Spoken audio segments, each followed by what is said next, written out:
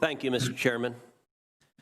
Facebook and Twitter and Google have massive power. They have a monopoly on public discourse in the online arena. I will say it's dismaying listening to the questions from our Democratic colleagues, because consistently the message from Senate Democrats is for Facebook and Twitter and Google to censor more, to abuse their power more, to silence voices that Senate Democrats disagree with more. That is very dangerous if we want to maintain a free and fair democracy, if we want to maintain free speech. There was a time when Democrats embraced and defended the principles of free speech. There was a time when Democrats embraced and defended the principles of a free press.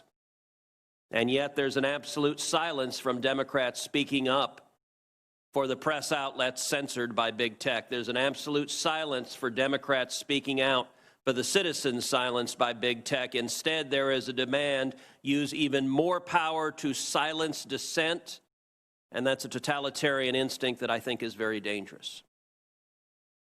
At the same time that big tech exercises massive power, it also enjoys massive corporate welfare through the effect of Section 230, a special immunity from liability that nobody else gets. Congress has given big tech, in effect, a subsidy while they become some of the wealthiest corporations on the face of the planet. Mr. Dorsey, I want to focus primarily on Twitter and ask you initially, is Twitter a publisher? Is Twitter a publisher? Yes. No, we are not. We distribute information. So what is a publisher? An entity that is publishing under editorial guidelines and decisions. Well, your answer happens to be contrary to the text of federal statute, particular Section 230, which defines an information content provider as any person or entity that is responsible in whole or in part for the creation or development of information provided through the internet or any other interactive computer service. Let me ask you, was Twitter being a publisher when it censored the New York Post? No, we have very clear policies on the conduct we enable on the platform. And if there's a violation, we take an enforcement action, and people choose to commit to those policies and to those terms of service. Except your policies are applied in a partisan and selective manner. You claim it was hacked materials, and yet you didn't block the distribution of the New York Times story that alleged to talk about President Trump's tax returns, even though a federal statute makes it a crime to distribute someone's tax returns without their consent. You didn't block any of that discussion, did you? Our policy was focused on distribution of the actual hacked materials. Did you block the discussion of the president's tax return material? And in the New York Times case, we interpreted it as reporting about the hacked materials. Did you block Edward Snowden when he illegally released material? I don't have the answer to that. The answer is no. You haven't used this in a selective manner. Let me ask you, were you being a publisher when you forced Politico, another journalistic outlet, to take down their tweets on a topic that you had deemed impermissible? No. We were enforcing our policy and our terms of service. So on October 15th, Jake Sherman, a reporter at Politico, tweeted the following. I tweeted a link to the New York Post story right after it dropped yesterday morning. I immediately reached out to the Biden campaign to see if they had any answer.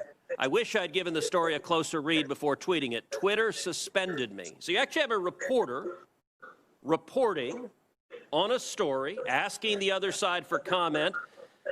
And Twitter says, hi, Jake Sherman, your account at Jake Sherman has been locked for violating Twitter rules. Now, what did the Politico reporter do? Immediately tweets after that, my goal was not to spread information.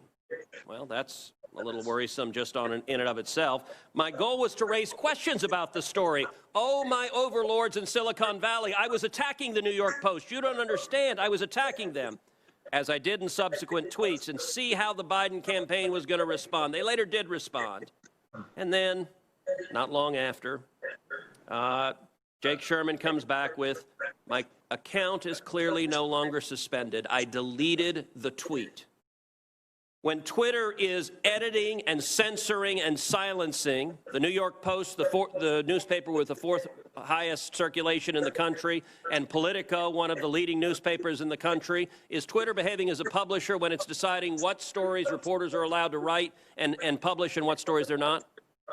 No, and that account was not suspended. It fell afoul of the hacked materials policy. We realized that there was an error in that policy and the enforcement. Hold on, I'm literally looking at the tweet from Twitter that says your account has been locked. You're telling me that this is not an accurate... That's a lock and can be unlocked when you delete the... I understand that you have the star chamber power. Your answer is always, well, once we silence you, we can choose to allow you to speak. But you are engaged in publishing decisions. Let me shift to a different topic. Mr. Dorsey, does voter fraud exist? I don't know for certain. Are you an expert in voter fraud? No, I'm not. Well, why then is Twitter right now putting purported warnings on virtually any statement about voter fraud? We're simply linking to a broader conversation so that people have more information. No, you're not. You put up a page that says, quote, voter fraud of any kind is exceedingly rare in the United States. That's not linking to a broader conversation. That's taking a disputed policy position, and you're a publisher when you're doing that. You're entitled to take a policy position, but you don't get to pretend you're not a publisher and get a special benefit under Section 230 as a result. That link is pointing to a broader conversation with tweets from publishers and people all around the country. Mr. Dorsey, would the following statement violate Twitter's policies? Quote, absentee ballots remain the largest source of potential voter fraud. I imagine that we would label it so that people can have more context in read through. How about this quote? Quote, third-party organizations, candidates, and political activists voter fraud is particularly possible where, quote, third-party organizations, candidates, and political party activists are involved in, quote, handling absentee ballots. Would you flag that as potentially misleading?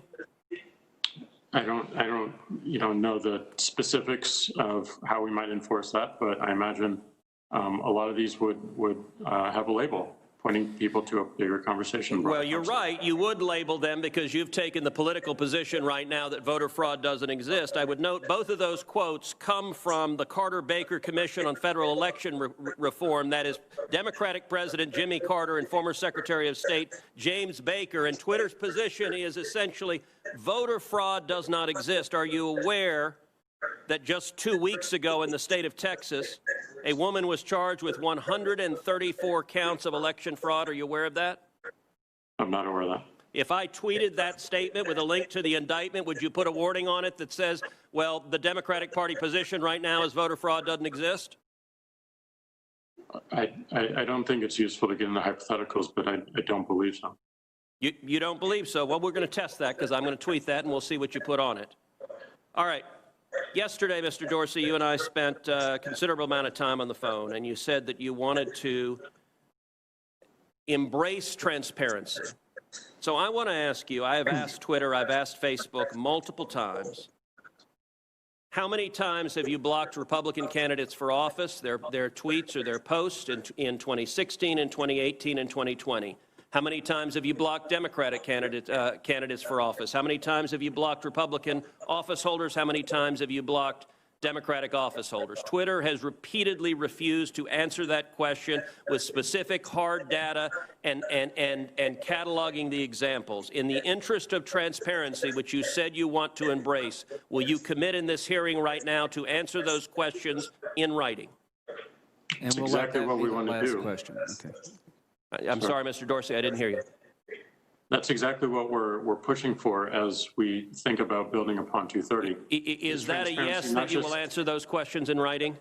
Transparency, not just of outcomes, but also our process as well. Is that a yes that you will answer those questions in writing?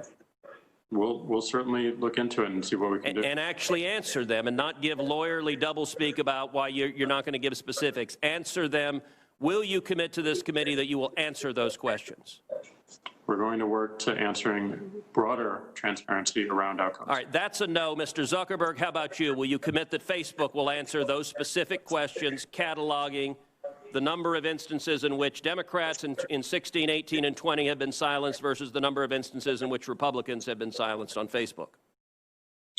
Senator, I'm not sure if we have that data available, but I will follow up with you or your team. Okay, I'm going to take that as a yes, and I'm going to take Twitter. We'll see if it's a yes or transparency is bogus and we don't intend to provide it. Senator Durbin.